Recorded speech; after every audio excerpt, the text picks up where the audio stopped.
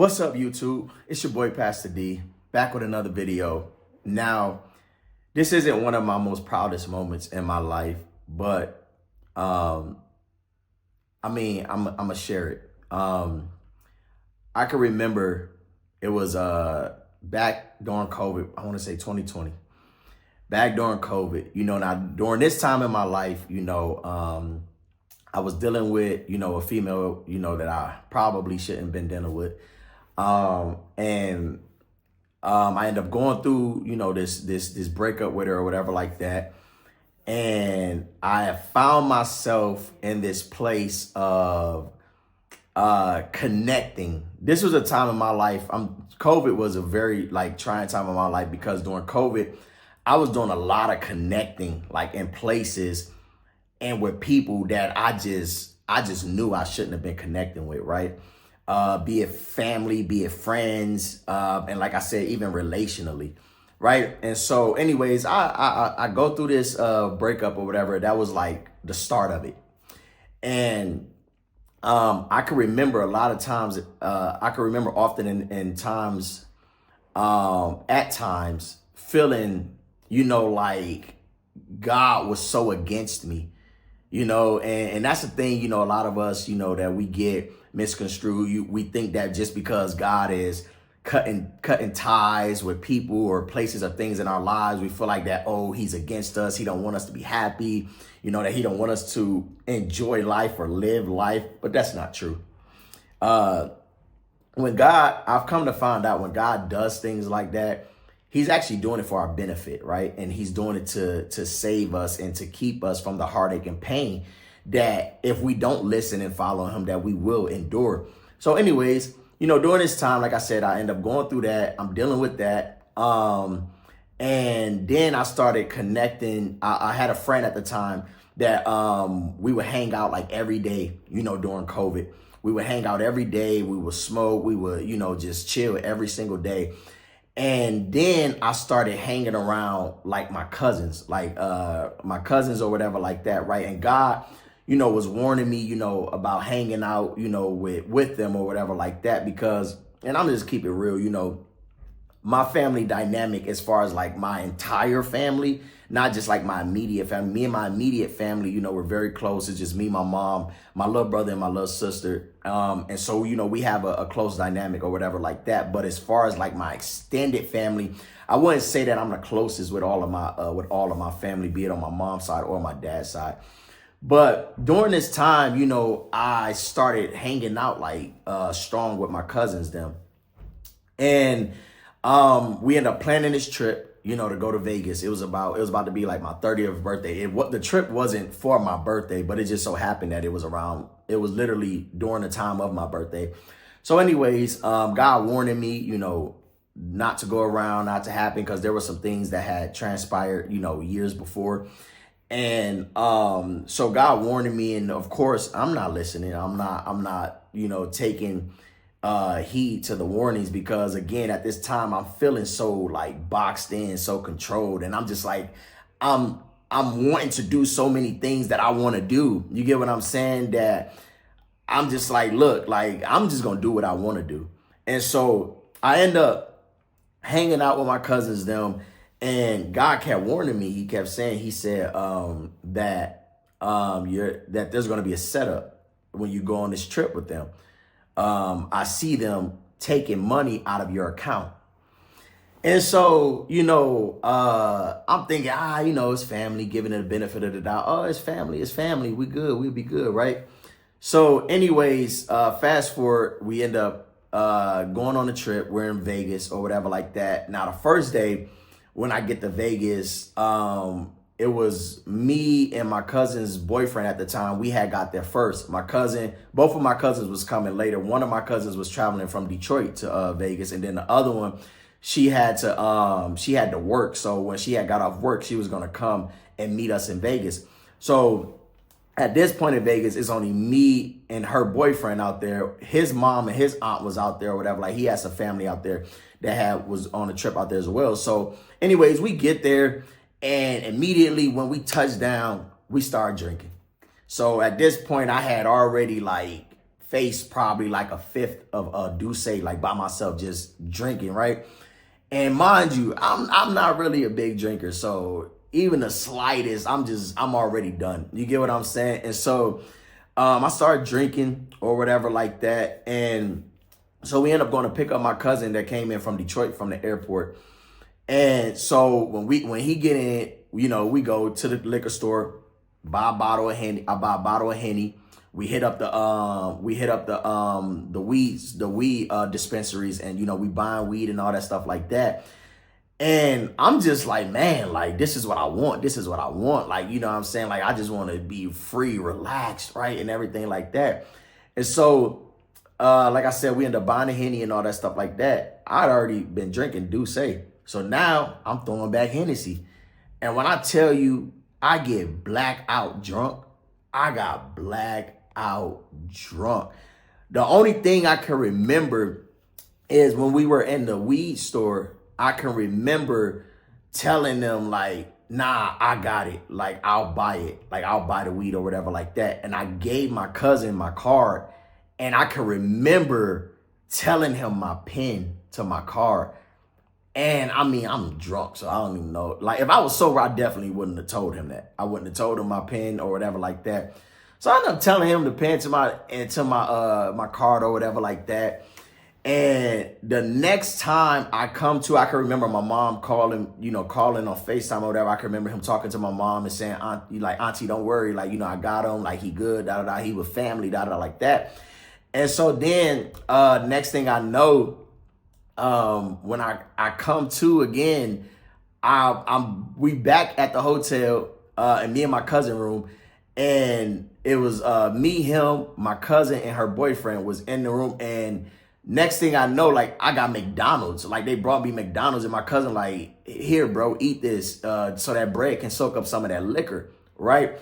So I'm eating my McDonald's, and I start like coming to a little bit or whatever like that.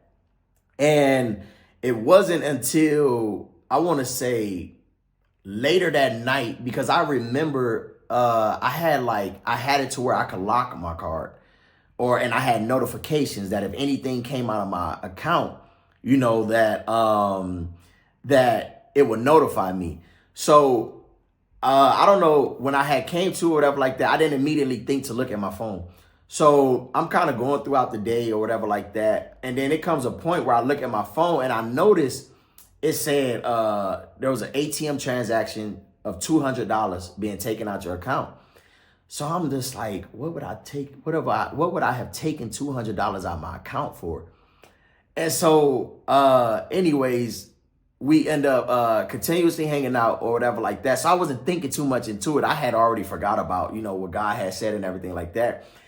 So when it came back to my mind, I remember we were hanging out one day, and my cousin boyfriend, he did something to make her mad or whatever like that.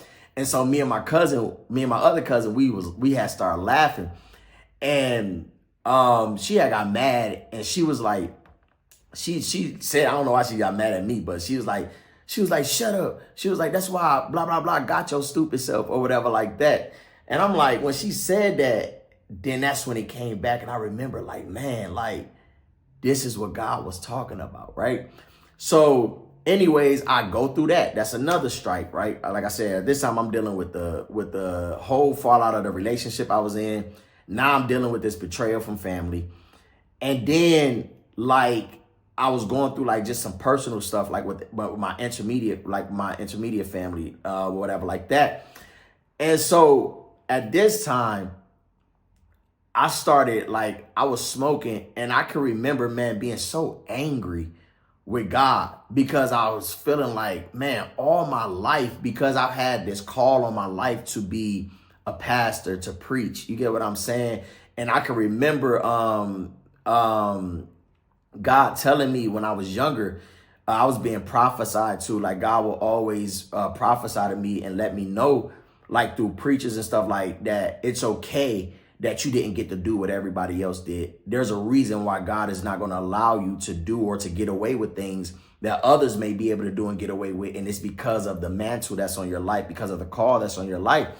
And so I'm dealing with all of this, and I'm feeling all of this anger and feeling this rage and feeling like it's just in this time that God is just so against me. And I'm just like thinking to myself, I can't even catch a break. But I can remember myself being so angry and thinking all of this that at this time I was smoking heavy. And I can remember smoking, and every time that I would smoke, I would smoke and I would just blow the smoke like up in the air as if I was blowing it in God's face, right? Just so disrespectful, right?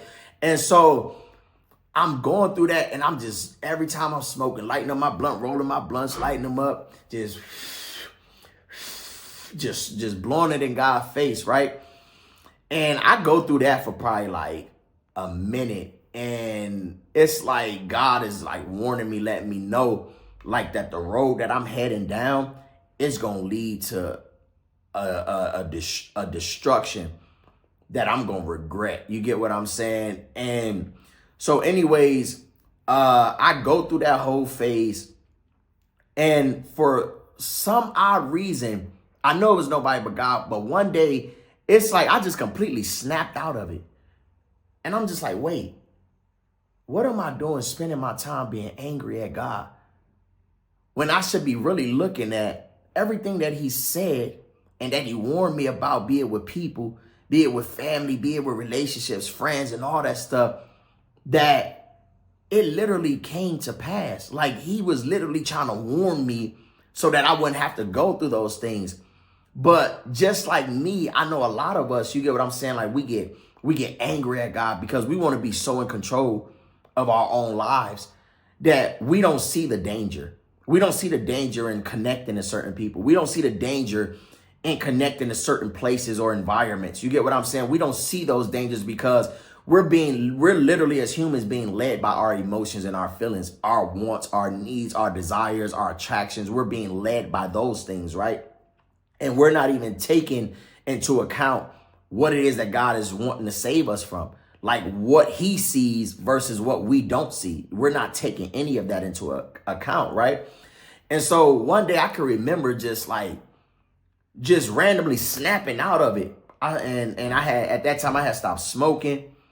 I had like stopped hanging out with my family, with those family members, with certain friends. It's like everything in my life at that point was just falling apart.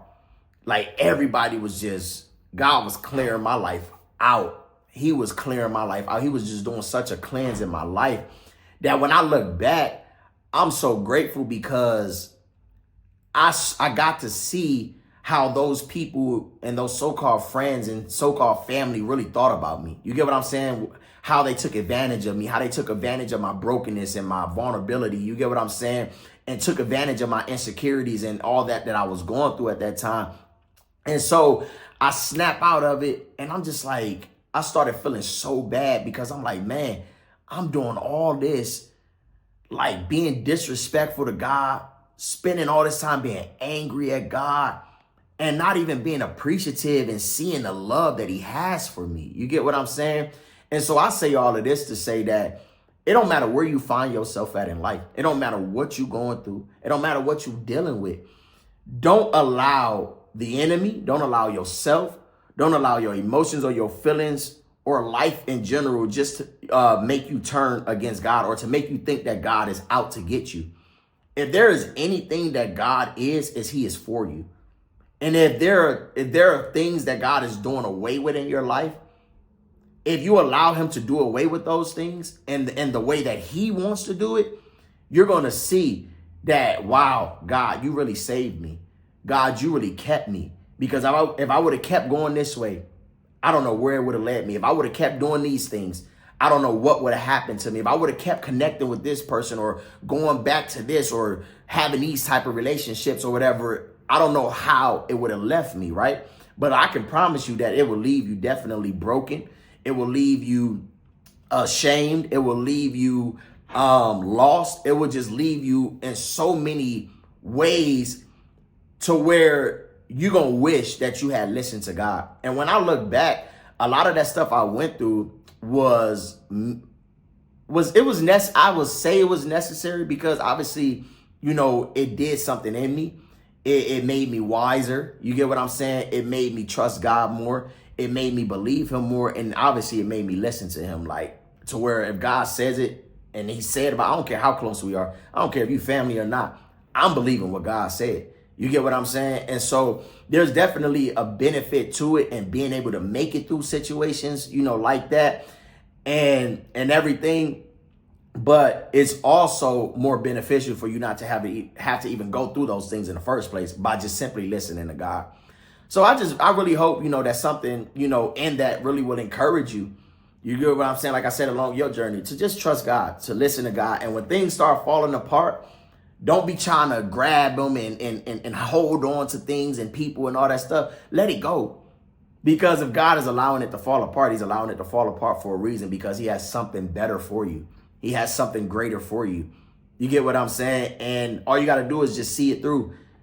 So I appreciate y'all taking the time, you know, to listen, you know, to, you know, my story, my testimony, you know, and to this time where I really just, like I said, found myself in a place angry with God. And if you are someone that's angry with God for whatever reason it might be, I want to encourage you to let that anger go.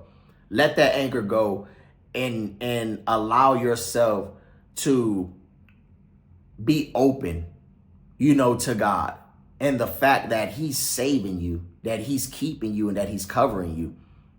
And you'll thank me. You'll thank me. You'll come back later and say, hey, I watched that video and I saw how you talked about how you was angry with God. And I was in a time where I was angry with God, and just listening to that, it helped me come out of that place.